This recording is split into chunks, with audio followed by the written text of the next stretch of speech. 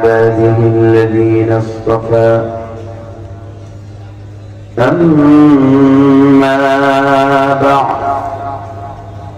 أعوذ بالله من الشيطان الرجيم بسم الله الرحمن الرحيم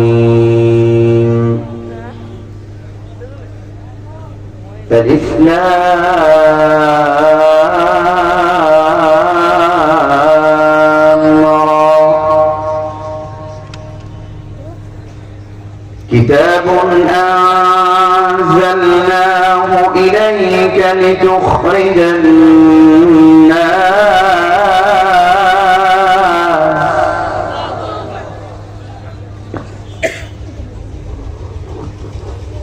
كتاب أنزلناه إليك لتخرج الناس من الظلمات إلى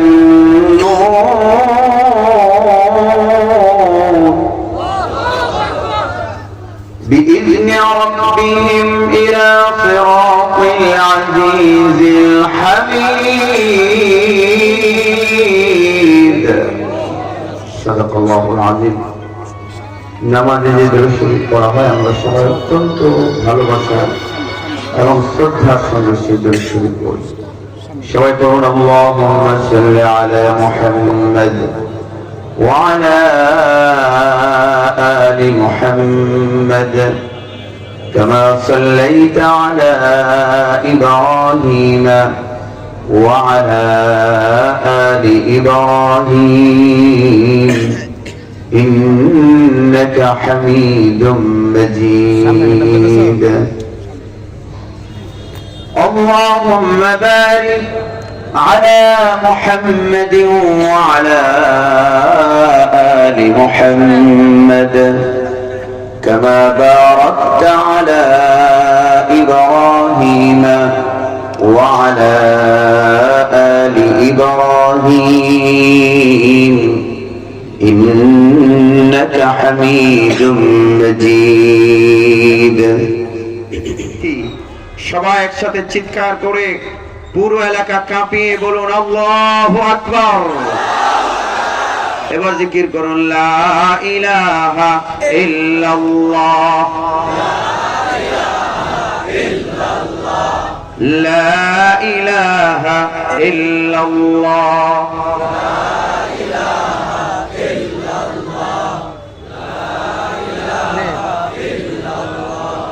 या रब दिल मुस्लिम को वो जिंदा तमन्ना दे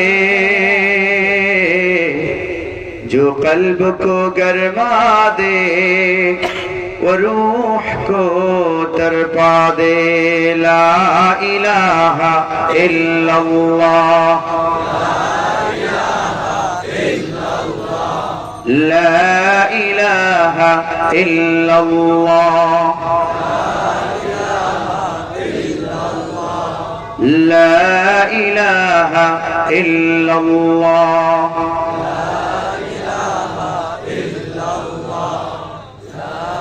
আবার একটু থামাবো এই যে ভাইয়া তুমি বলছো না কেন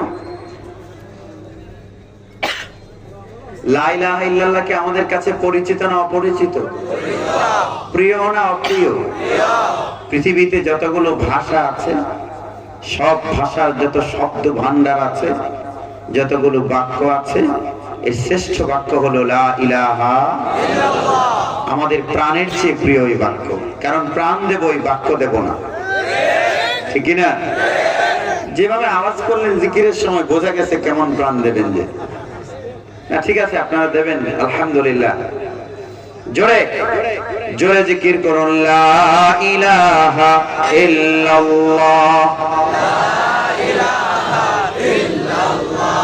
لا إله إلا الله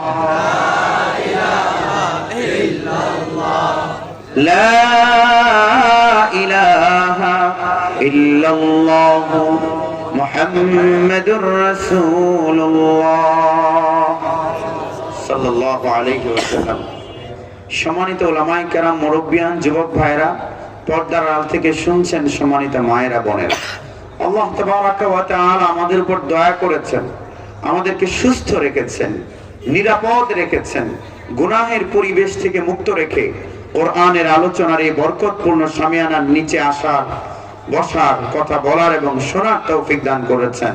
সেজন্য মন প্রাণ উজাড় করে আমাদের মহান রবের পবিত্র দরবারে হৃদয়ের ভালোবাসা উজাড় করে উঁচু আওয়াজে শুকরিয়া জানাই আলহামদুলিল্লাহ। বিশ্বাস করবেন, আমি আসছি আর ভাবছি কি বলবো। দু তিনটা টপিক নতুন আছে আমার, কিন্তু এখানে এসে ভেবেছিলাম যে নতুন কোনো বিষয় নিয়ে বলবো। বসে চিন্তা করলাম যে নজরুল ইসলাম কাশ্মীর সাহেব হুজুর আসবেন, এখন প্রায় 12টা বেজেও গেছে, লম্বা আলোচনা শুরু না করাই। আমি সামান্য কিছু কথা বলবো। লম্বা কথা বলার যোগ্যতা, শক্তি, সামর্থ্য কোনোটাই আমার নেই। আমি আমার রবের কাছে তৌফিক চাচ্ছি। সুবহানাক লা ইলমা লানা ইল্লা মা আল্লামতানা ইন্নাকা আনতাল আলিমুল হাকিম। কিশোরগঞ্জে 70-এর বেশি প্রোগ্রামে বছরে কয়েক বছর ধরে আমাকে অ্যাটেন্ড করতে হচ্ছে কিশোরগঞ্জ জেলায়। সুতরাং আমি বারবার চিন্তা করি যে যেটা আমি 32-এ বলেছি এটা যেন 33-এ না বলি। কিন্তু ঘটনা হলো 32-এ যারা ছিলেন তারা তো অনেকে 29-এ ছিলেন না। এই কারণে এটা চিন্তা করে বললে হয়তো ডিফারেন্ট আনকমন একটা বিষয় নিয়ে বলা যাবে, কিন্তু বিপুল সংখ্যক মানুষ গুরুত্বপূর্ণ টপিকের আলোচনা শোনা থেকে বঞ্চিত হবেন। এই জন্য যেহেতু প্রচুর পরিমাণ শহরের আনাচে কানাচে এখানে সেখানে আপনারা স্নেহ করে আমাকে রাখেন, অনেক বক্তব্য আপনারা শুনেছেন, তা আমি আজকে আপনাদের সামনে সূরা ইব্রাহিমের প্রথম আয়াত করেছি। আল্লাহ তাবারাকা ওয়া তাআলা বলছেন, আলিফ লাম রা কিতাবুন আনজালনাহু ইলাইকা লিতুখরিজান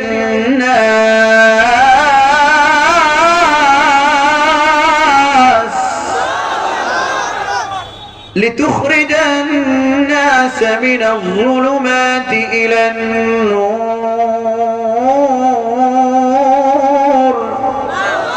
আলিফ লাম রা এর অর্থ কে জানেন?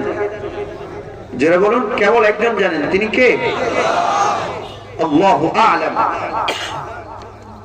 রব বলছেন কিতাবুন আনজালনাহু ইলাইকা, এই কিতাব যা আমি আপনার উপর অবতীর্ণ করেছি, পারপাস কি? লিতুখরিজান নাস মিনাল যুলুমাতি ইলান নূর, যেন আপনি মানব মণ্ডলীকে সব অন্ধকার থেকে বের করে আলোর দিকে নিয়ে যেতে পারেন, সব সমস্যা থেকে মুক্ত করে সমাধানের দিকে নিয়ে যেতে পারেন। জুলুমাত, অন্ধকার, প্রবলেমস। সম্মানিত হাজিরিন, আল্লাহ রাব্বুল আলামিন আমাদের যত সব নিয়ামত দিয়েছেন, শ্রেষ্ঠতম নিয়ামত হলো কোরআন, আল্লাহর কালাম।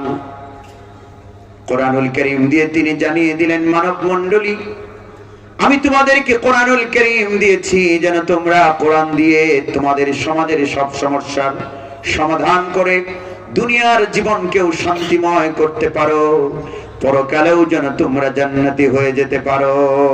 সুবহানাল্লাহ। আপনাদের কাছে আমার একটা প্রশ্ন, there are many problems in our society, সমস্যার তো কোনো শেষ নাই। কিশোরগঞ্জে কি হত্যা নাই? উত্তর দিতে হবে। ধর্ষণ, ছিনতাই, দুর্নীতি, শুধু মাদকটা নাই, ঋণ খেলাপি। এটা কি শুধু কিশোরগঞ্জের প্রবলেম না, সারা বাংলাদেশে? ভাইরা আমার, দোকান বাকি নিয়েছে, দোকান বাকি নিয়ে টাকা দেয় না, যখন 10,000 হয়ে যায় তখন আর এই দোকানের সামনে দিয়ে যায় না। এইরকম মানুষ কিশোরগঞ্জে 2-4 জন নাই।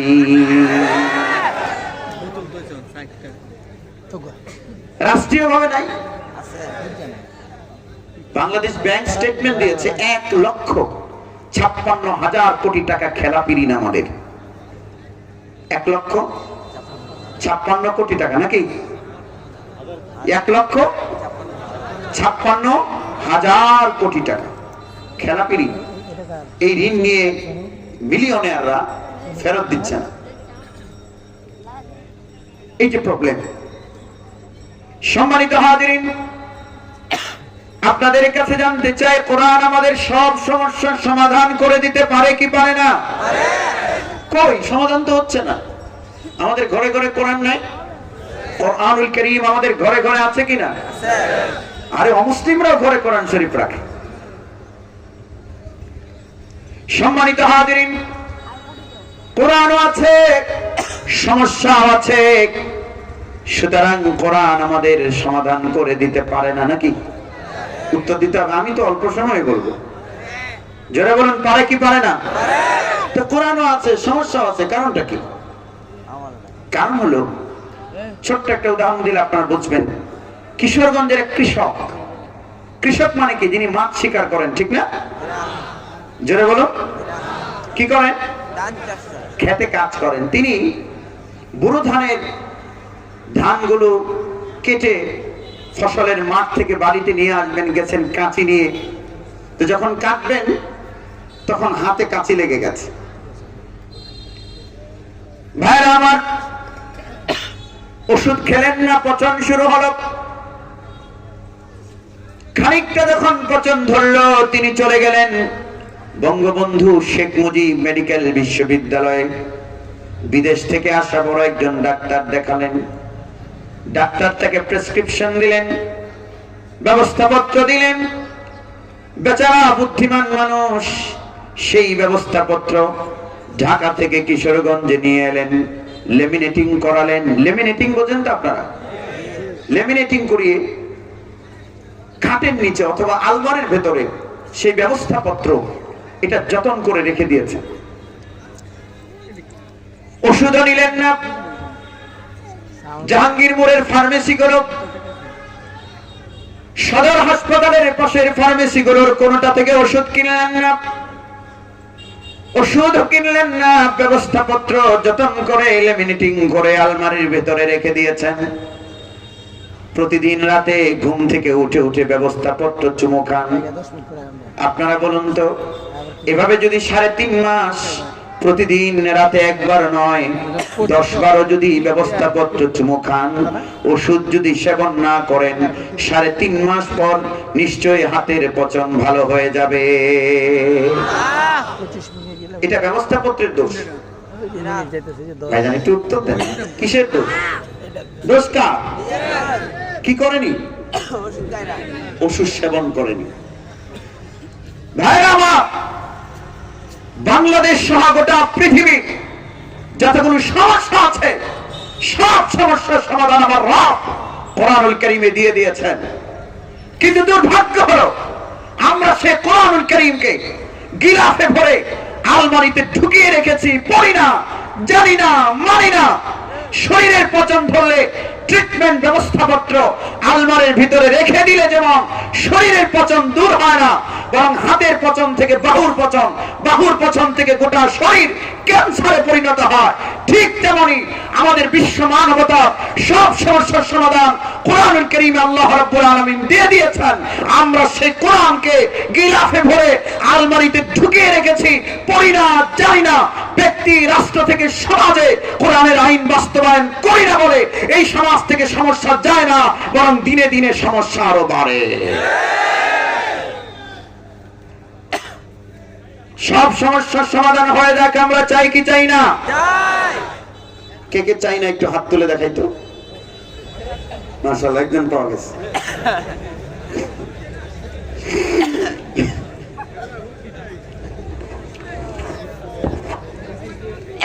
চান কে কে একটু কষ্ট করে হাতটা তুলুন দেখি। কোন সমস্যা না থাকুক হাত উঁচু করুন, একদম সোজা হবে। হাত সোজা করুন, জোরে বলুন আল্লাহু আকবার। হাত নামান। What to do? করণীয় কি?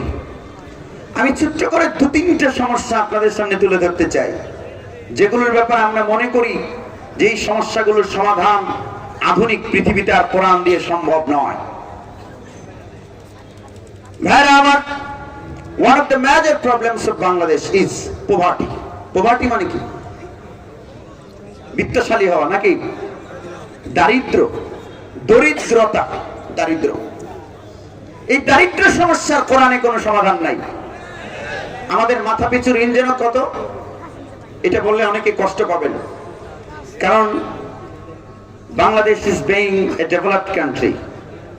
আমরা সবাই জানি মাথা পিছু ঋণ নাকি লাখ ছাড়িয়েছে। ভাইরা আমার, এই আধুনিক পৃথিবীতে কোরআন কিভাবে দারিদ্র বিমোচন করে দেবে, আমরা দারিদ্র বিমোচনের জন্য নানাভাবে চেষ্টা করি, কিন্তু বাস্তবে যা দেখা যায় গরিব মানুষগুলো আরো গরিব হয়, ধনী মানুষগুলো দিনে দিনে ধনী হয়। কেন? কারণ হলো কোরআন যে প্রেসক্রিপশন দিয়েছে সেটা আমরা মানি না। আমরা মনে করি দারিদ্র বিমোচন করব সুদ ভিত্তিক অর্থ ব্যবস্থা দিয়ে, কিন্তু সুদ ভিত্তিক অর্থ ব্যবস্থা দিয়ে পৃথিবীর কোন রাষ্ট্র থেকে দারিদ্রকে সমূলে উৎপাদন করা সম্ভব নয়। বিত্তশালীরা আরো বিত্তশালী হবে, গরিবরা আরো গরিব হবে। সুদের সিস্টেমটা কি? আমার টাকা আছে, আমি আপনাকে দেবো, আপনি লাভ দেবেন, লাভ দিতে না পারলে গরু নিয়ে আসবো, তা না পারলে দোকান ভেঙে নিয়ে আসবো, ঠিক না? এটাই তো। যারা রাষ্ট্র চালান তাদেরকে বুঝতে হবে। আমাদের একজন অতিথি বিপুল সম্মানিত জনাব শাফায়েত সাহেব, না ঠিক না? আমি নিজে কিন্তু তার নাম জিজ্ঞেস করেছি, বিকজ আমি তার পিতাকে অনেক সম্মান করি। একটা কারণে আমি সম্মান করি। বাংলাদেশে যখন মুক্তিযুদ্ধ শুরু হয়েছিল 1971 সালে, সেই সরকারের অস্থায়ী প্রধান ছিলেন কিশোরগঞ্জের কৃতি সন্তান সৈয়দ নজরুল ইসলাম। তখন ইসরায়েলের ক্ষমতাসীনরা বাংলাদেশ সরকারের কাছে প্রস্তাব পাঠিয়েছিল, বাংলাদেশের অস্থায়ী সরকার, তোমাদের তো পাকিস্তানের মতো বড় রাষ্ট্রের বিরুদ্ধে যুদ্ধ চলছে, তোমাদের সেনাবাহিনী দরকার, টাকা দরকার, অস্ত্র দরকার। আমরা ইসরায়েল তোমাদেরকে টাকাও দেব, অস্ত্রও দেব, সাহায্যও দেব, সেনাবাহিনীও দেব। কিন্তু সৈয়দ নজরুল ইসলাম সাহেব ইসরায়েলকে জানিয়েছিলেন, বিশ্ব সন্ত্রাসী ইসরায়েল সহ বাংলাদেশ যদি 100 বছর স্বাধীনতার জন্য যুদ্ধ করে, তোমাদের মতো বিশ্ব সন্ত্রাসী রাষ্ট্রের সহযোগিতার কপালে আমরা লাথি মারি। So I respect him very much. তিনি একটা কথা বলে গেছেন যে আমি কোরআন পড়িনি, ইসলামী জ্ঞান আমার নেই।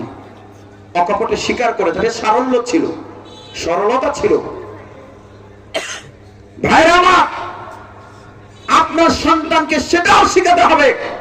আপনার সন্তান যদি আগামী দিনে পার্লামেন্টারিয়ান হয়, সে যেন সুদ ভিত্তিক অর্থ ব্যবস্থার পক্ষে কথা না বলে, বরং যাকাতের পক্ষে যেন কথা বলে। সেই শিক্ষা আপনার শিশুর কোমল হৃদয়ে দিয়ে দিতে হবে।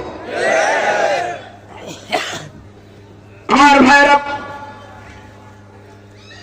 সুদ দিয়ে দারিদ্র বিমোচন সম্ভব নয়। আমি 5-6 বছর আগে নান্দাইলে জাহাঙ্গীর শাহের মাজার আছে একটা, ওখানে কথা বলছিলাম। শিক্ষা ব্যবস্থা নিয়ে কিছু কথা হলো, তারপরে যাকাত। তো নান্দাইলের এমপি সাহেব আসলেন, পরে আমাকে বললেন যে হুজুর, এই কথাগুলো যদি আপনি লিখে দিতেন তাহলে আমি পার্লামেন্টে বলতাম। এটা নিয়ে পত্রিকায় নিউজ হয়েছিল। যাকাতের কথা তিনি পার্লামেন্টে বলতে চান, এই নিয়ত খারাপ না ভালো? নিঃসন্দেহে ভালো। আমি আবার মজা করে এমপি সাহেবকে বলেছিলাম যে মাননীয় সাংসদ, আপনি যদি এই কথা বলতে চান, পাল্টা উল্টা আউলা ঝাউলা হজবরলা হতে পারে, এর চেয়ে ভালো আমাকে একটু সুযোগ দিন, আমি কি এই কথাটা বলে আসি। না, পার্লামেন্টে আমি যদি কথা বলতে চাই তাহলে খুব খারাপ, আপনারা খারাপ মনে করছেন নাকি? ভাইরা আমার, এজন্য আগামীর রাষ্ট্রনায়ক যারা হবেন, আগামীর ডাক্তার যারা হবেন, আগামীর সায়েন্টিস্ট যারা হবেন, আগামীর বিজ্ঞানী যারা হবেন, আপনাদের উপর দায়িত্ব হলো ইসলামের বেসিক নলেজ তাদেরকে দিয়ে দিতে হবে। এটা ফরজে কিফায়া নয়, বরং ফরজে আইন। আমার ভাইরা, এজন্য যাকাত পান, সুদ দিয়ে দারিদ্র বিমোচন করা যায় না। এটা তো দেখালেন প্রফেসর ইউনূস। 1976 সালে চট্টগ্রামের হাটহাজারী উপজেলার জোবরা গ্রামের সুফিয়া খাতুনকে 2000 টাকা লোন দিয়ে প্রফেসর ইউনূস তার গ্রামীণ ব্যাংক শুরু করেছিলেন। কি সমস্যা হয়েছে?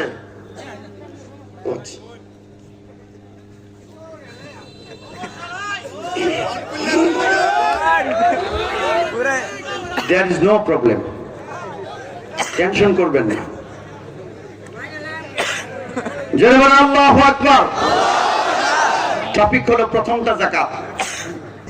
শুনুন, অনেকে বিশ্বাস করছেন সুদ দিয়ে দারিদ্র্য বিমোচন হবে, কখনোই নয়। ভাইরা আমার, অধ্যাপক ডক্টর মোহাম্মদ ইউনূস, আচ্ছা বাংলাদেশে সুদের নিবিড় চাষ করে সবচেয়ে বড় অ্যাওয়ার্ড যিনি পেয়েছেন তার নাম কি? চট্টগ্রাম বিশ্ববিদ্যালয়ের এক্স প্রফেসর। তিনি 1976 সালে বাংলাদেশের চট্টগ্রামের হাটহাজারী উপজেলার জোবরা গ্রামের সুফিয়া খাতুনকে 2000 টাকা লোন দিয়ে তার গ্রামীণ ব্যাংক শুরু করেছিলেন। দেখুন, হাতে কলমে দেখিয়ে দেই, সুদ ভিত্তিক অর্থ ব্যবস্থা দিয়ে দারিদ্র্য যে বিমোচন করা যায় না, আপনাদের সামনে আমি তুলে ধরে আপনারা বুঝতে পারবেন। ভাইয়েরা আমার, প্রফেসর ইউনূস গ্রামীণ ব্যাংক শুরু করলেন, 30 বছরের মাথায় তাকে অ্যাওয়ার্ড দেওয়া হলো, পুরস্কার দেওয়া হলো, পৃথিবীর মানুষের দৃষ্টিতে থাকা সবচেয়ে দামি যে পুরস্কার, নোবেল প্রাইজ। শান্তিতে তিনি বিজয় করলেন। আরব আমিরাতের অনেকগুলো রাষ্ট্র তাকে সংবর্ধনা দিল। কিন্তু দুঃখজনক হলো, যেই সুফিয়া খাতুনকে 2000 টাকা লোন দিয়ে 1976 সালে তিনি গ্রামীণ ব্যাংক শুরু করেছিলেন, সেই সুফিয়া খাতুনকে তিনি দারিদ্র্য মুক্ত করতে পারেননি। 2011 সালে ভিক্ষা করতে করতে ওই সুফিয়া খাতুন মারা গেছেন। This is the final proof. এটা চূড়ান্ত প্রমাণ, সুদ ভিত্তিক অর্থ ব্যবস্থা দিয়ে নোবেল পুরস্কার পাওয়া যায়, কিন্তু মানুষকে দারিদ্র্য মুক্ত করা যায় না। আমার ভাইরা, আপনাদের এই 32-এ যারা দোকানে লোন নিয়ে দোকানদারি করে বিত্তশালী হবেন বলে ভাবছেন, আমার রব বলেছেন ইয়ামহাকুল্লাহুর রিবা, ইয়ামহাকুল্লাহুর রিবা ওয়া ইউরবিস সাদাকাত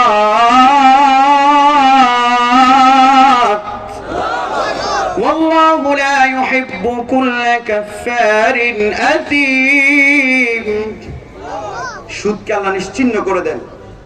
ওয়া ইউরবিস সাদাকাত, যাকাতকে তিনি সমৃদ্ধি দান করেন। সুবহানাল্লাহ।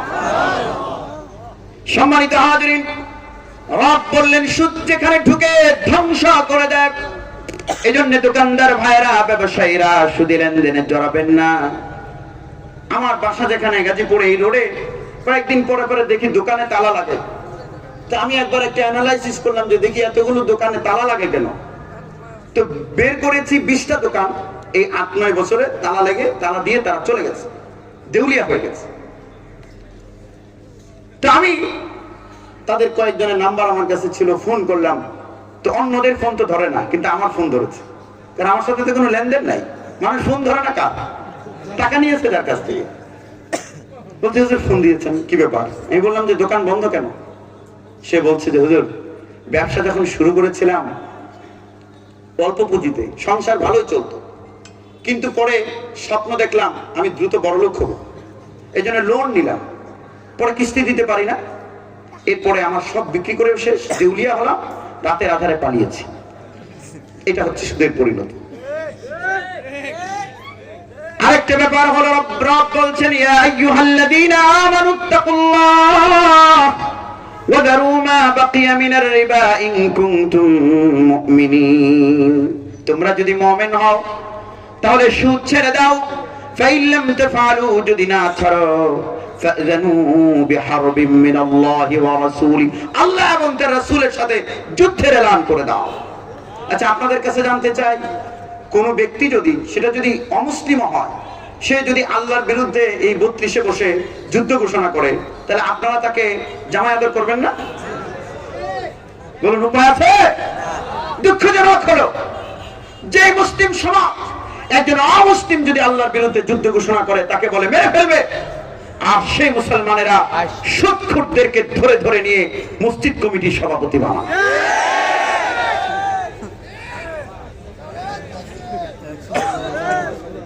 এরকম সমস্যা আছে না নাই? আপুলাপানগুলো ওয়াজে আসা সুদের বিরুদ্ধে স্লোগান দেয়, আর সুদখুর যখন 10তলা বাড়ি বানায়, সুদখুরের মেয়ের পেছনে গুড়গুড় করে।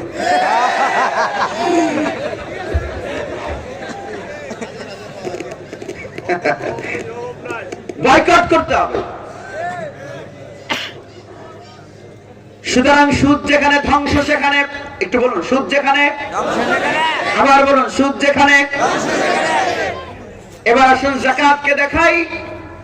আল্লাহ রাব্বুল আলামিন কোরআনে বলেছেন ওয়া ইউরবিস সাদাকাত, যাকাতকে তিনি সমৃদ্ধি দান করেন। আমেরিকার একটা ইউনিভার্সিটি আছে, নিউ অরলিন্স ইউনিভার্সিটি, ওই বিশ্ববিদ্যালয়ের একজন ফিনান্সের প্রফেসর, তার নাম ডক্টর কবির। তিনি বাংলাদেশের দারিদ্র, সম্পদ এবং যাকাত নিয়ে গবেষণা করেছেন। তিনি গবেষণা করে বলছেন যে ইফ উই কালেক্ট প্রপারলি, বাংলাদেশে যদি আমরা যথাযথভাবে যাকাত আদায় করি, তাহলে তিনি বলছেন যে 60,000 কোটি টাকা যাকাত আদায় করা যাবে। কয় হাজার? 7 না, 60,000। মানে আমি শুদ্ধ করে বলছি তো, পরে আবার 7 মনে করবেন। 7 না, 16 না,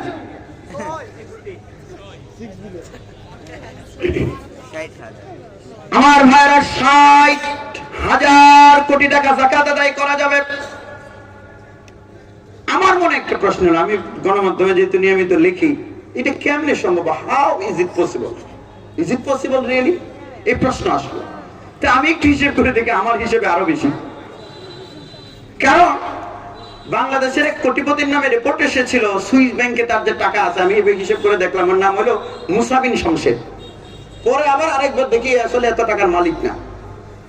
তো তখন আমি হিসেব করে দেখেছিলাম, শুধু তার বিদেশের সম্পদ থেকে যাকাত আদায় করা যায় 7,500 কোটি টাকা। কি বলেন আপনারা? একদম ফকির না? যাকাত আসে কত? আরে উত্তর দিন। 7,500। আজিজ খান সামিট গ্রুপের চেয়ারম্যান, সিঙ্গাপুরের 43তম ধনী, ধনী না ফকির? তার সম্পদ থেকে 200 কোটি টাকা যাকাত আসে। বাংলাদেশ ব্যাংক স্টেটমেন্ট দিয়েছে, বাংলাদেশে 1,19,361 জন কোটিপতি আছে। এটা হলো আরো 5 বছর আগের স্টেটমেন্ট। এরপরে এর চেয়ে আপডেট কোনো আমি পাইনি। প্রতি বছরে 5,000 করে বাড়ে। সেই হিসেবে বর্তমানে বাংলাদেশে প্রায় 1.5 লক্ষ কোটিপতি আছে। আপনারা কি আমার কথা বুঝতে পারছেন? সম্মানিত হাজিরিন, শুধু আজিজ খানের সম্পদ থেকে যাকাত আদায় করা যায় 200 কোটি টাকা। তবে আমাদের বিশ্ব দরবেশ বাবা পেশিমগর মালিকের সম্পদে কোনো যাকাত নাই। কথা বলেন, আছে না? যমুনা গ্রুপের মালিক, বিআরবি গ্রুপের মালিক বসুন্ধরা, তো একদম 1,50,000 কোটিপতি। মানে কি? যা এটা কিভাবে হিসাব করেছে বাংলাদেশ ব্যাংক বলছে, যাদের ডিপোজিট মানে ব্যাংকে যে টাকা জমা, এটা যাদের 1 কোটি আছে, এই হিসেবে তারা বলেছে। তা আপনাদের কাছে জানতে চাই, ব্যাংকের বাইরে তো মানুষের কোনো টাকা পয়সা থাকে না, আছে না? নাই। শুধু ব্যাংকের টাকা হিসেব করলে 1,50,000 কোটিপতি আছে। এর মধ্যে কয়েকজনের সম্পদ থেকে যাকাত আসে 10,000 কোটি টাকা। আমি হিসেব করে দেখেছি, 1.5 লক্ষ কোটিপতির সম্পদ থেকে যদি যাকাত আদায় করা যায়, যাকাত আসবে প্রায় 1 লক্ষ কোটি টাকা। এর বিপরীতে দারিদ্রের হার কি? আমাদের জাতীয় সংসদের তথ্য অনুযায়ী বাংলাদেশে 15,08,776টি ল্যান্ডলেস ফ্যামিলি আছে, ভূমিহীন পরিবার। ভূমিহীন পরিবার মানে কি? যাদের 10 তলা বাড়ি আছে, ঠিক না? ঘর নাই, বাড়ি নাই, কমলাপুরের বস্তি রেলওয়ে স্টেশনে থাকে, বস্তিতে থাকে। How many people? 15,08,776টি ভূমিহীন পরিবার আছে। এবার আসুন দেখি দারিদ্র দিয়ে, যাকাত দিয়ে কিভাবে দারিদ্র বিমোচন করা যায়। ভাইরা আমার, 1 লক্ষ কোটি টাকা নয়, কবির হোসেন সাহেবের গবেষণা অনুযায়ী 60,000 কোটি টাকায় ধরলাম। মনোযোগ দিয়ে কয়েকটি মিনিট শুনুন, কোরআন দিয়ে কিভাবে সমস্যার সমাধান করা যায়। ভাইরা আমার, 60,000 কোটি টাকা যাকাত আসলে, আর ঔষধ আছে না? উসর কাকে বলে? সর্বনাশ, হুজুর অবস্থা তো খুবই খারাপ। উসর কাকে বলে? কি? আজকে জেনে নিন, ফসলের যাকাত হলো উসর। উসর মানে কি? উসর মানে হচ্ছে 1/10। ফসল যখন 27.5 মণ হবে, আবুল ফাতাহ মোহাম্মদ ইয়াহিয়া কওমি মাদ্রাসায় যে বইটা ফজিলাতে পড়ানো হয়, ইসলামী অর্থনীতির আধুনিক রূপায়ণ, ওই বইয়ের যিনি লেখক বাংলাদেশের অর্থনীতিবিদ আবুল ফাতাহ মোহাম্মদ ইয়াহিয়া, তার গবেষণা হলো 25-27 মণ এরকম। তিনি বলছেন যে 25-27 মণ এমন যদি হয় তাহলে নেশাব পূর্ণ হলো। এই পরিমাণ হওয়ার পর থেকে যদি কারো ফসল, সেই ফসলটা যদি এমন হয় যেটা গুদামজাত করে রাখা যায়, যেমন তরমুজ, এটা যদি আপনারা গুদামজাত করে রাখেন মোটামুটি 6 মাস থাকবে তো নাকি? তবে শশাটা থাকবে, ঠিক না? কাঁঠাল, ভাইরা আমার, যেই ফসলগুলো গুদামজাত করে রাখা যায়, এমন ফসল যখন 25 মণ, কি এটা নিয়ে একটু ইখতিলাফ আছে, 25 মণ কিংবা 27 মণ যদি ক্রস করে, আর যদি সেটা বৃষ্টির পানি দিয়ে হয়, তাহলে ফসলের 10 ভাগের 1 ভাগ, 1/10 গরিব মিসকিনকে দিয়ে দিতে হবে। এটা ফরজ। যারা বলেন এটা কি? আফসোস হলো, বিশ্বাস করবেন কিনা জানি না, আমি মিঠামইন পেরিয়ে অষ্টগ্রামের এদিকে এক জায়গায় ওয়াজ করতে গিয়েছিলাম। তো ইমাম সাহেবকে জিজ্ঞেস করলাম মুশর কি, ইমাম সাহেব বলতে পারলো না। যাকাতের মতোই অসর ফরজ, কিন্তু এই জাতি যাকাতের কথা জানে, অসরের কথা জানে না। এই ব্যর্থতা আমাদের। মসজিদের মিম্বার গুলো থেকে যাকাত এবং অসর নিয়ে সুস্পষ্ট আলোচনা হয় না বললেই চলে। সম্মানিত হাজিরিন, অসর এবং যাকাতে একটা ডিফারেন্স আছে, ব্যবধান হলো যাকাত দিতে হয় বছরে একবার। রব্বুল আলামিন বলছেন ওয়াআতু হাক্কাহু ইয়াওমা হাসাদিহি, তুমি ফসলের যাকাত দিয়ে দাও যেদিন তুমি ফসল কাটো। আমাদের জমিগুলোতে ধান হয় কয়বার বছরে? জোরে বলুন, আরে জোরে বলুন, কয়বার? 3 বার ফসল কাটবে, 3 বারে তোমার এই নেশাব ক্রস করলে, তুমি যদি এটা বৃষ্টির পানি দিয়ে হয় তাহলে 10 ভাগের 1 ভাগ গরিব মিসকিনকে দিয়ে দেবে। আর যদি সেচের পানি দিয়ে হয় তাহলে 20 ভাগে, এটাকে বলা হয় নিসফ অশর, 20 ভাগের 1 ভাগ দিয়ে দিতে হবে। আমি হিসেব করে দেখেছি বাংলাদেশে যদি প্রপারলি যাকাত আদায় করা হয় তাহলে এই যে 15,08,776টি ভূমিহীন পরিবার, প্রত্যেকটি পরিবার 1 বছরে যাকাত কালেক্ট করলে যদি 50,000 কোটি টাকাও হয়, সেই টাকা যদি 15 লাখ সামথিং পরিবারের মাঝে বন্টন করা হয় তাহলে প্রত্যেকটি পরিবার যাকাতের টাকা পাবে 3 লক্ষ টাকা করে। সুবহানাল্লাহকে আগামীকাল বলবেন নাকি? ভাইরা আমার, কয় লাখ? জোরে বলুন। 3 লাখ। আপনারা আমাদের আপনজন, ভুল ত্রুটি হলে ক্ষমা করবেন। আমি একটু মাঝে মধ্যে হাসির কথা বলছি, কেন জানেন? কারণ হলে যে অনেক রাত হয়েছে, এখন কয়টা বাজে? 11:30, ঠিক না? কয়টা? তো এইটা কি মানুষ আসার সময় না যাওয়ার সময়? এই সময় আপনাদেরকে একটু হাসির কথা বলবো যে আপনাদের ঘুম না আসে। হুজুরও চলে আসছেন কাছাকাছি ইনশাআল্লাহ। আপনারা আবার রাগ করছেন না তো? রাগ না করলে আবার আওয়াজ হবে, জোরে আওয়াজ করুন, চিৎকার করে বলুন আল্লাহু আকবার। ভাইরা আমার, 3 লাখ টাকা যাকাত আর 33 মণ ধান। কয় মণ ধান? এটা প্রত্যেকটি ভূমিহীন পরিবার পাবে। এখন আপনাদের কাছে আমার জিজ্ঞাসা, যাকাত দিয়ে কিভাবে দারিদ্র্য বিমোচন করা যায়? দেখো, 32 ভাইরা জানতে চায়, কিশোরগঞ্জের আমার শ্রদ্ধাভাজন ভাইরা আপনাদের কাছে জানতে চাই, আপনার বাড়ির পাশের কোন ভিক্ষুক নারী, তাকে যদি একসাথে 3 লক্ষ টাকা দেওয়া হয় এবং 33 মণ ধান দেওয়া হয়, আগামীকাল তার সকালে তার ভিক্ষা করার জন্য বের হওয়া লাগবে তো নাকি? তবে তার কিস্তির চিন্তা আছে তো নাকি? কিস্তিরও চিন্তা নাই, কারণ যাকাতের টাকা হলো অফেরতযোগ্য। আপনি যদি আজকের মাহফিলের সম্মানিত সভাপতি হযরত মাওলানা আজিজুল হক সাহেবের কাছ থেকে 5,000 টাকা, 10,000 টাকা, 1 লাখ টাকাও যদি যাকাত নেন, কিস্তি লাগবে না। কিন্তু গ্রামীণ ব্যাংক থেকে যদি 300 টাকা নেন, কিস্তি দেওয়া লাগে কি লাগে না? মইরা দেখেন, দাফন আগে না কিস্তি আগে? সম্মানিত হাজিরিন, সুতরাং কিস্তির টেনশন নাই।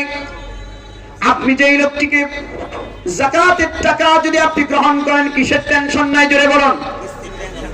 এটা ফেরতযোগ্য না অফেরতযোগ্য? ফেরত দেওয়া লাগবে না। প্রথম ধাপে পরিবার চলে গেল 15,08,000, আমি 15 লাখে ধরলাম। 15 লাখ পরিবার চলে গেল, যাদের সবাইকে 3 লক্ষ টাকা করে যাকাত দিয়েছেন, আবার 33 মণ করে ধান দিয়েছেন।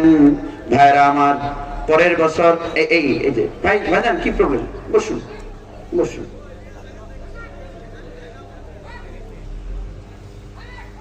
আল্লাহুম্মা, আমার সাথে সবাই বলুন আল্লাহুম্মা।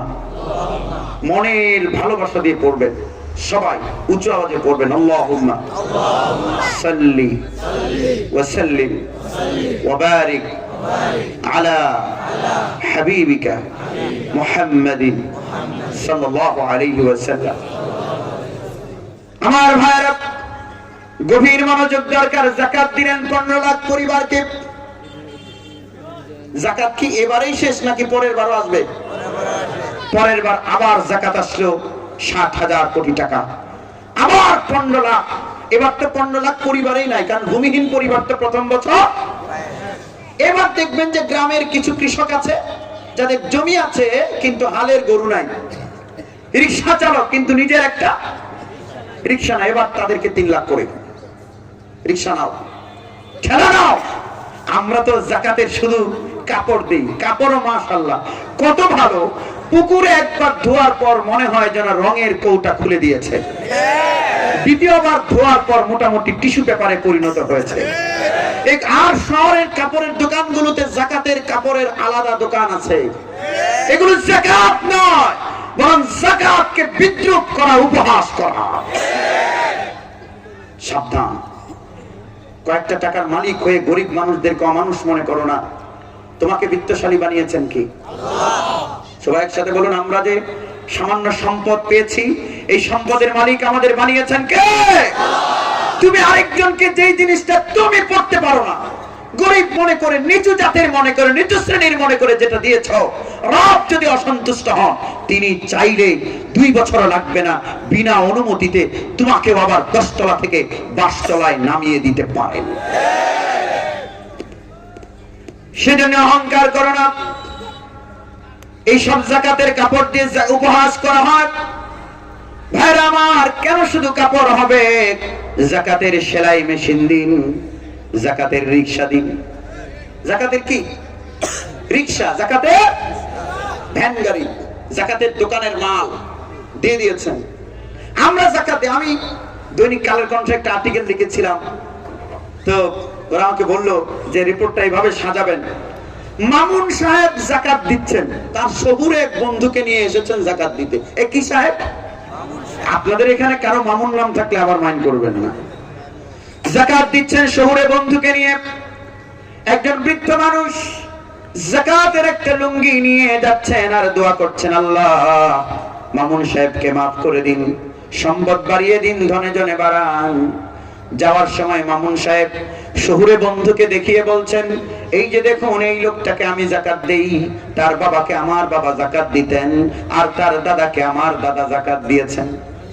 এমন দেওয়াই দিয়েছে যে দারিদ্র বংশানুক্রমিক ভাবে টিকে আছে। যাকাতের পারপাস এটা নয়। যাকাতের পারপাস হলো দারিদ্রকে সমূলে উৎপাটন করা। পৃথিবীর পুঁজিবাদী অর্থ ব্যবস্থা, সমাজতান্ত্রিক অর্থ ব্যবস্থা দারিদ্রকে জিয়ে রাখে, আর একমাত্র অর্থ ব্যবস্থা দারিদ্রকে সমূলে উৎপাটিত করে দিতে পারে। This is Islamic economic system. সম্মানিত হাজিরিন, 2 বছরে পরিবার গেল কয় লাখ? আরে এদিকে তাকান, কয় লাখ? প্রথম বছর 15 লাখ, পরের বছর 15 লাখ, 2 15 মিলে 25 লাখ। কয় লাখ? পরের বছর আবার যাকাত আসলো, আবার দিলেন 15 লাখ। জোরে বলুন, 3 বছরে কয় লাখ? এখন তার পরিবারই নাই, খুঁজে খুঁজে বের করে দেওয়া হচ্ছে। দোকানদার যা ছিল সবাইকে দেওয়া শেষ। এরপরে কৃষক যাদের হালের গরু ছিল না, দেওয়া শেষ। ভাইয়ের আমার, 4 বছরে পরিবার চলে গেল 7 লাখ। 5ম বছরে দেখবেন যাকাতের কালেকশন আরো বাড়বে, কারণ আপনি প্রথম বছর যে 15 লাখ পরিবারকে যাকাত দিলেন, এই 4-5 বছরে সেই 15 লাখ পরিবার থেকে অন্তত 1 থেকে 2 লাখ পরিবার আর্ন করে, ইনকাম করে সমৃদ্ধ হয়ে যাবে। তারাও 5 বছরে এসে নিজেরা কিছু কিছু যাকাত দিতে পারবে। জোরে বলুন, যাকাতের ফান্ড কমবে না বাড়বে? আর গ্রহিতা কমবে না বাড়বে? এই তো 5 বছরের সামারি দিলাম। ভাইরা আমার, আপনাদের কাছে জানতে চাই, সিস্টেম যদি অবলম্বন করা হয়, তাহলে বাংলাদেশ থেকে দারিদ্রকে নির্বাসনে পাঠানো অসম্ভব না সম্ভব? আমি এক জায়গায় বক্তব্য রাখছিলাম, হুজুর এসে গেছেন? আচ্ছা, তা আপনারা অস্থির হবেন না। আমার কথা কি খুবই খারাপ লাগছে আপনাদের? হুজুর আসবেন নিশ্চিত ইনশাআল্লাহ, হুজুর আসতে কাছাকাছি। আচ্ছা, আমি একটা প্রশ্ন করি, এটা আপনারা খারাপ মনে করবেন না। এই যে হুজুর আসতে যদি 5-7 মিনিট লাগে, আমি 5-7 মিনিট কথা বললে কি আপনাদের খুবই খারাপ লাগবে? তাহলে অস্থির হওয়ার কোনো কারণ নেই। খারাপ লাগবে না কার কার? হাত তুলুন আবার দেখি। একটু পরে পরে হাত তোলায় বক্তা বেড়া। হ্যাঁ, একটু আমাদের জানাদেন জোরে বলুন আল্লাহু আকবার। হাত নামান, আবার হাত তুলুন। মাশাআল্লাহ, 2 বার হাত তোলাম কি জন্য জানেন? ঘুমকে কিলিয়ে পিটিয়ে কুলিয়ারচর পর্যন্ত দিয়ে আসছি। নজরুল ইসলাম সাহেব হুজুর ওয়াজ শেষ করার আগ পর্যন্ত ঘুম আসবেন, এমনিতে আপনারা জাগ্রত ছিলেন। জোরে বলুন আল্লাহু আকবার।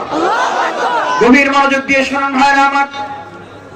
আমাকে এক লোক প্রশ্ন করলো, বিশ্ববিদ্যালয়ের শিক্ষক, কয় হুজুর খুবটা লেকচার দিলেন, হ্যাঁ সুদ করবেন, তো গ্রামীণ ব্যাংক যে এতগুলো মানুষের চাকরি দিয়েছে, এটার কি করবেন আপনারা? ছোট্ট আরেকটা উদাহরণ দেই ভাইরা আমার। এই যে আপনি, আপনারা সবাই শুনতে পাচ্ছেন, এই যে আপনি 1 লক্ষ কোটি টাকা যাকাত আদায় করবেন, এতে কি ধনীদের কোনো সমস্যা হবে? প্রশ্ন হলো তাদের কোন সম্পদ থেকে যাকাত নেওয়া হবে, এটা একটা প্রশ্ন। মনে করুন ভাইজান নাম যেন কি, হামিদুর রহমান সাহেব, তিনি তার বেতন 5 লাখ। জোরে বলুন বেতন কত? 5 লাখ। কিন্তু ওনার ওয়াইফ অসুস্থ, আল্লাহ না করুন, বাচ্চা নর্থ সাউথ ইউনিভার্সিটিতে পড়ে, অনেক টাকা দিতে হয়, আবার তারও একটা গাড়ি লাগে, 5 লাখ টাকা শেষ হয়ে যায়, খেয়ে দিয়ে বছরে তার কোনো সেভিংস থাকে না। আপনারা বলুন, বেতন যদিও 5 লাখ, তার কাছে কি যাকাত চাওয়া হবে? কারণ কি নাই? সেভিংস নাই। ভাইরা আমার, এবার আসুন, এখন তার বেতন হলো 15 লাখ। ওনাকে যদি আল্লাহ 15 লাখ টাকার ব্যবস্থা করে দেন, আপনাদের কি কোনো সমস্যা আছে? আল্লাহ দিন না, বলেন আমিন। আমাদের সবার রিজিকে আল্লাহ সমৃদ্ধি দিন, বলুন আমিন। আপনার বছর চলার পর প্রথম বছরে আপনার অ্যাকাউন্টে জমা হলো 5 লক্ষ টাকা। তো একদিন আপনি দেখলেন যে রমজানের 1 তারিখে আপনার অ্যাকাউন্টে নেশাব পরিমাণ মাল হয়েছে। নেশাব পরিমাণ মাল কি? 52.5 ভরি রূপা অথবা 7.5 ভরি স্বর্ণ। এই দুটোর যেটা দাম কম থাকবে, গরিব মানুষের যেহেতু যাকাতের পারপাস হচ্ছে দারিদ্র বিমোচন, এই দারিদ্রের প্রতি খেয়াল রেখে যেটার দাম কম, এটাকে হিসেব করে নেশাব ধরা হবে। এখন আমাদের সমাজে স্বর্ণের দামই তো কম, ঠিক না? অনেকে বলছে কয় জি, এরা মনে বিয়ে করে না, স্বর্ণ কিনে না এখন। স্বর্ণের দাম কম না রূপা? 52.5 ভরি রূপার যে দাম, এই দামের পরিমাণ মূল্য আপনার সংসার চলে, সব প্রয়োজন মিটিয়ে, ধরুন আপনার একটা গাড়ি দরকার, ওই যে এখন কি জানি দামি দামি গাড়ি বেরিয়েছে, নামও জানি না এগুলোর আমি, এগুলো 40 লাখ 50 লাখ টাকা দাম গাড়ি। এখন আপনি শিল্পপতি মানুষ, আপনার একটা লাক্সারিয়াস গাড়ি দরকার, আমার তো এক্সকরোলা হইলেই চলে। আপনি এক গ্রুপ অফ ইন্ডাস্ট্রিজ এর মালিক, আপনার দরকার হলো হেলিকপ্টার। এই আপনার হেলিকপ্টার যদি আপনার নিত্য প্রয়োজনের হয়, হেলিকপ্টারের উপরে যাকাত ধরা হবে না। এখন হেলিকপ্টার কিনে টাকা সেভ হলো, তখন এই 52.5 ভরি রূপার দামের পরিমাণ টাকা আপনার কাছে জমা হয়ে গেল।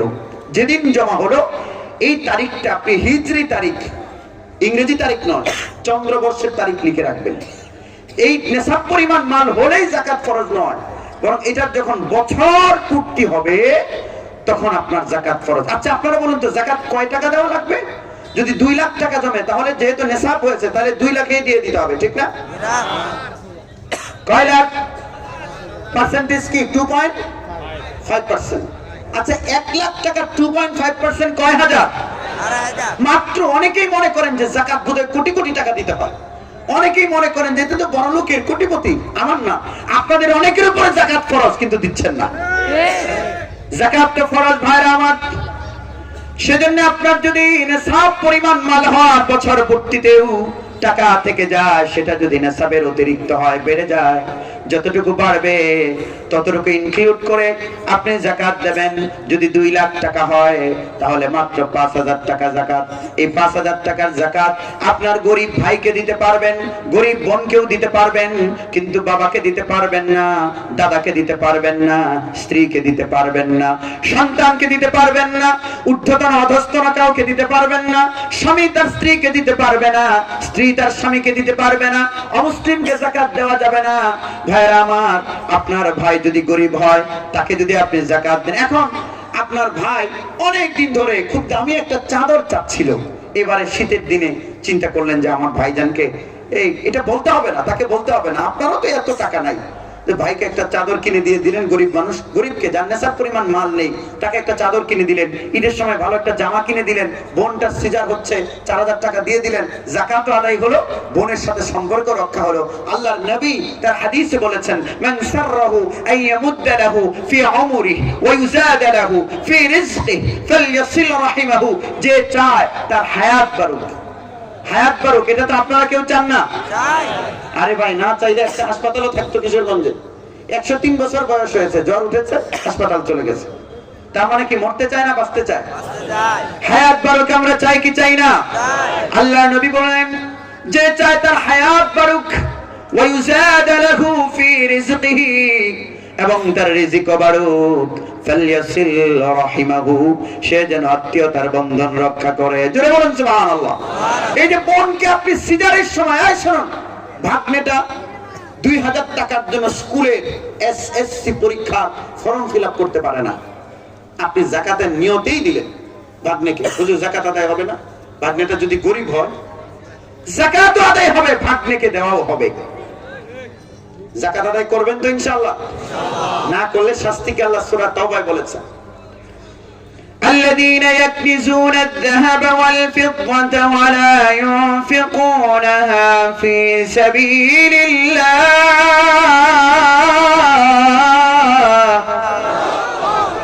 فبشرهم بعذاب أليم। যারা স্বর্ণরূপা কাজ করেছে, ওয়ালা ইউনফিকুনহা ফি সাবিলিল্লাহ, জমিয়েছে, আল্লাহর রাস্তায় খরচ করেনি, ফাবাশশিরহুম, তাদেরকে সুসংবাদ দিন, মানে চরম দুঃসংবাদ দিন, বিআযাবিন আলীম, যন্ত্রণাদায়ক শাস্তি। কেমন শাস্তি দেয়া হবে? ইয়াউমা, সেদিন, ইউহমা আলাইহা, সেগুলোকে উত্তপ্ত করা হবে, উত্তপ্ত করা হবে, ফাতুকওয়া বিহা জিবাহুম, তাদের ললাট, ওয়াজুনুবুহুম, তাদের পার্শ্ব, ওয়াজুহুরুহুম, তাদের পৃষ্ঠদেশে ছেকা দেওয়া হবে, আর বলা হবে, হাযা মা কানাজতুম লিআনফুসিকুম ফাযুকু মা কুনতুম তাকনিজুন। এই শোনো, যাকাত না দিয়ে যে টাকা তুমি জমিয়েছিলে, তোমার এই টাকা গলিয়ে তোমার কপালে ছেকা দেওয়া হলো। জোরে বলুন, সহ্য করতে পারবেন না? আল্লাহ নবী বলেছেন, যেই মাল যাকাত দেওয়া হবে না, সেই মাল একটা খুবই বিষধর একটা সাপের আকৃতি তার গলায় পেঁচিয়ে ধরবে, আর বিষ এত তীব্র হবে যে বিষের তীব্রতার দুটো থলি থাকবে থুতনির নিচে, আর বিষের তীব্রতার কারণে সাপের মাথা টাক পড়া থাকবে। ওই সাপ গলায় পেঁচিয়ে ধরে বলবে, দংশন করবে, আর বলবে, আনা মারুক আনা কানজুক, আমি তোমার মাল। আপনাদের কাছে জানতে চাই, টাকাগুলো কেন জমিয়েছেন? জাহান্নামের কারণ হওয়ার জন্য? ছেকা দেওয়ার কারণ হওয়ার জন্য? সেজন্য যাকাত হিসেব করে দেবেন। ভাইরা আমার, এদিকে তাকিয়ে গভীর মনোযোগ দিয়ে শুনুন। তা আমাকে, আমি যেটা জিজ্ঞেস করলাম, ভাই এই যে বিত্তশালীদের যে টাকা অতিরিক্ত একদম কোনো কাজে লাগছে না, পাহাড় হয়েছে, ওই টাকা উপর থেকে একটু কমিয়ে যদি আপনারা নিয়ে গরিব মানুষের দেন, তাহলে কি বিত্তশালীর কোনো কষ্ট হবে? কোন, আমি একটা উদাহরণ দিই, এটা কি? আরে জোরে বলে উত্তর দেন, এটা কি? আর এটা কি? পিরিচ, তাই না? তো এই কাপটাতে ধরুন আপনার 50 মিলিলিটার চা ধরবে সাপোজ, তা আপনি এটাতে 1 লিটার, 1 মিলিলিটার মানে কত? 1 লিটারের 1000 ভাগের 1 ভাগ, তো এটাতে ধরতে পারে 50 মিলিলিটার। আপনি এটাতে যদি 1 লিটার ঢেলে দেন, তাহলে 50 মিলিলিটারের পরেরটা যাবে কোথায়? পরে যে গেল, এটা কি তার কোনো কাজে লেগেছে? আরো জোরে বলো। এখন পড়ছে পড়ছে, আপনি পিরিচটা ধরে দেন, পিরিচটা ভরে গেল, এবার এটা রেখে দেন, রেখে দিয়ে এটাও ধরেন, এটা ভরে গেল। এবার বলুন এই কাপটার কোনো সমস্যা হবে? আরে তার এটা তো ভরপুর। আমার যাকাতের অর্থ ব্যবস্থা হলো বেক্সিমকোর মালিকের, বিআরবির মালিকের, যমুনার মালিকের, বসুন্ধরার মালিকের যেই টাকা তার কোনো কাজে লাগছে না, অথর্ব হয়ে পড়ে আছে, পাহাড় হয়ে জমে আছে, ওই টাকার পুরোটা নয়, বরং মাত্র 2.5% এনে কিশোরগঞ্জের 32-এর যেই মহিলা ক্যান্সারে আক্রান্ত হয়েছে, টাকার জন্য চিকিৎসা করতে পারে না, সেখান থেকে সামান্য এনে ওখানে দিয়ে তার চিকিৎসার ব্যবস্থা করে দেওয়া। This is Islamic economic system. এবার আপনারা বলুন যাকাত দিয়ে দারিদ্র্য বিমোচন করা সম্ভব না সম্ভব? এখন আরেকটা প্রশ্ন, আমাকে ইউনিভার্সিটির প্রফেসর উনি মুখে খুব রাগ করলেন, আপনারা শুধু গ্রামীণ ব্যাংকের বিরুদ্ধে কথা বলেন, এইটা আমাদেরকে গর্বের কারণ। কোন সুদী কোম্পানি আমাদের জন্য কখনোই গর্বের কারণ হতে পারে? তিনি বললেন যে হুজুর গ্রামীণ ব্যাংক যে এত কর্মসংস্থান করলো, আপনারা এতগুলো হুজুর মিলে করতে পারবেন? আমি বললাম পারবো। তিনি ভেংসি দিয়ে রয়েছে, কেমনে পারবেন? এবং আমাকে দায়িত্ব দেন। কিসের দায়িত্ব? বললো যে সরকারের যে যাকাত বোর্ড আছে, ওই যাকাত বোর্ডের চেয়ারম্যান বানাবেন আমাকে। ইনকাম ট্যাক্স অধিদপ্তরে কিছু মানুষের চাকরি আছে না নাই? এরা কি করে? সম্পদের হিসাব নেয়, ওইখান থেকে কালেক্ট করে ইনকাম ট্যাক্স কালেক্ট করে। এইটা তো শুধু কালেক্ট, এটা ডিস্ট্রিবিউট করতে হয় না, কারণ ডিস্ট্রিবিউশনের চ্যাপ্টার না, এটা সরকারের ব্যাংকে চলে যায়, অটো কালেক্ট করলেই চলে যায়। কিন্তু যাকাতে কালেক্ট এন্ড ডিস্ট্রিবিউশন দুটাই আছে। সুতরাং কালেক্ট করতেও লোক লাগবে, ডিস্ট্রিবিউশন করতেও লোক লাগবে। যেটা বলেন ঠিক কিনা? এই কথা যখন বললাম, এই বেড়ায় আমারে কইতেছে, হুজুর যাকাতের টাকাতে বেতন দেল বাইনের, আরে জায়েজ হইব এটা? আপনারা কি বলেন, জায়েজ কি আছে? তা আমার কথা বললে হবে? ফতোয়া তো আল্লাহ দিয়েছেন। ইন্নামাস সাদাকাতু লিল ফুকারা'i ওয়াল মাসাকিন ওয়াল আমিলিন।